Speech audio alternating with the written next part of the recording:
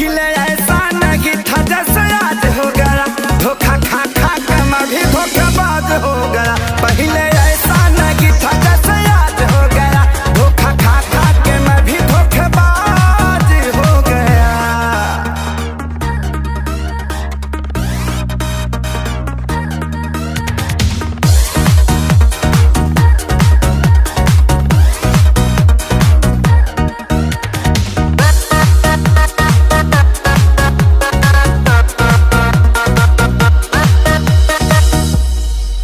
लड़के भी लड़कियों को फंसाते हैं, सब पाते ही वो छोड़ जाते हैं। हम अकेले पाते हैं क्या?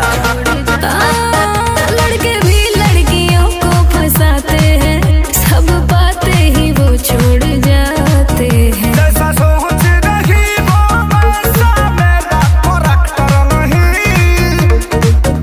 आम आदमी हूँ मैं, कोई फिल्मी एक्टर नहीं। बात वायरल है, तू छोरी बाज हो गया। अरे क्या सुन रही हूँ तेरे बारे में यार, बोल। सारा नींद तोरे लगबा। पहले ऐसा नहीं था जैसे आज हो गया, धोखा खा खा के मैं भी धोखेबाज हो गया।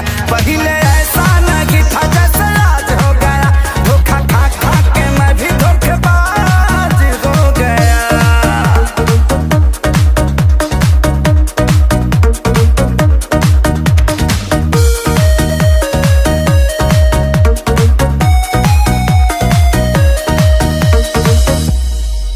दिल वाली से दिल जो लगाओगे, सच्चा वाला तभी प्यार पाओगे। सब यही कहती है, लेकिन कोई मिले तो सही। हाँ, दिल वाली से दिल जो लगाओगे, सच्चा वाला तभी प्यार पाओगे। अब किसी भी लड़की पर मुझको ट्रस्ट नहीं, चाहे धोखा मिले या प्यार, कोई कष्ट नहीं। श्याम देहाती आजाद भी नाराज हो गया, और कितनों को नाराज करोगे यार, अब तो सुधर जाओ। जीवन विवादे में रहला। पहले ऐसा